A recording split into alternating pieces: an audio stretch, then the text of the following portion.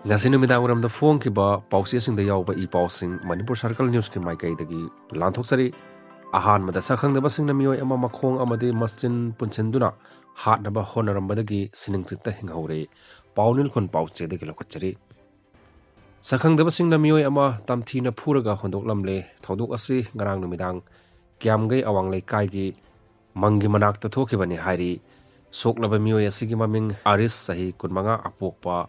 Azizur Rahman Kyamgai Awanglei Kaidagini Hairi. Miyoi machin amadi makhong makut punsilaga Turial Makhada Wakal Tadana Hondoklambani Hairi. Leikai miyamna thengnarpadagi khudakta Nur Hospital pukatki tungda Ras Medicity da pukatuna laikanari.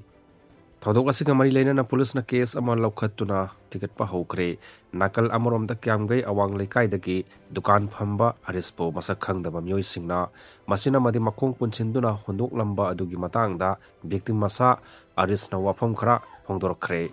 MD Aris haukiba tangma panda masak khangdaba miyoi kharana mahakki dukan thonglon ge tawringai talakta nongmai namduna namfuda paisa laukhraga matungda amuk hanna mangonda maral Thangjinaba miyoi kharana bom thamlunaba amadi demand letter pironaba kyarak hairki haina victim masana phongdorokni loinana wafamsing asi mahakna tau haiba yadi haiduna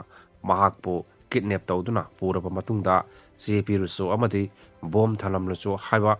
yadi haiduna machina madi manatonda phinamduna hanaba honarpadagi mahakna SIBA SASINNABADAGI mahak SIRE haiduna SAKHANGDABASINGna HUNDOKLAMBANI hairi arisna makha taraduna hai mahak ta thokliba thodok asibu criminal line da puthokpidana baso hairi amadi senabasing faduna chirak bibiyu haiki kuki khulai paiba taruk tangkhul singna phuraga tharakhre pathok chage taminase kangpokpi district ki manung chanba Phailen Mall Village da duty taba satkiba kuki khulai paiba taruk tangkhul singna faraga phurakhre hairi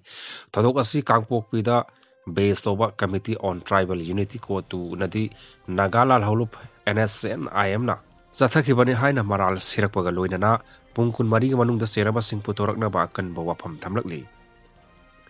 thodok asi ngarang ayuk pung 9 rom tarakpa adwaida thokibani hairi thodok asigi matangda phangba pawgi likhul amagi matong inna Imphal East ukhul amasung Kangpokpi district ki lonabada leiriba tangkhul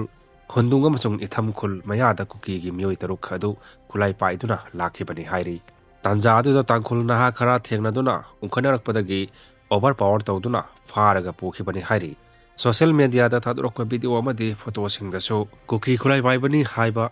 miyoi sing adugi makong Paigal amadi ningjol chingba mafam singda saifam naina phurakpagi dakpham taba mayak sengna uri kari karamba matangdagi thodok adu thokibani haibagi chapchabadi khangmangamdri nakal maromda kuki miyoi taruk aduna tonggiba gari amasung mobile phone milhore haina maral sirakpaga loinana NSNIM na hairiba thong adu chatharakhibani hairi madugi mathakta hojik thokliba irang asida tangkhol singna neutral oina lai hairabasu asigumba thong chatharakpa yaningdaba wafam thamladuna kuki taruk pharaga phurokpada chenaba singpung kunmari gi manungda senagadabani karigumba hairiba wafam asi thawoidraba maduda thorokpa apaphataki daita tangkhol singna pugadabani hairakdi Israel amasung Hamas ceasefire agreement sign taunaraba matung Hamas na hostage sing thadokpa hauragani haikre Israel amasung Hamas anigi marakta taunakhiba ceasefire adubu Israel gi military cabinet na ayaba pikhibaga loinana Hamas na hostage oina fajinduna thamliba Israel sing nongaijing numita ahan batangka ki oina Hamas singna thadoroklagani haina Israel gi prime minister Benjamin Netanyahu na phongdokre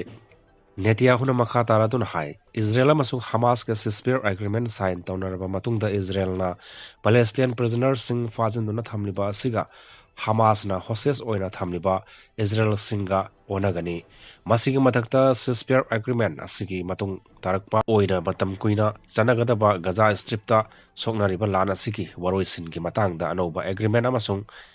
Innanaba sem sare karigumba agreement ase Hamas singi maikaidagi thugairaknabadi malemgi achauba leibak singi matienga loinana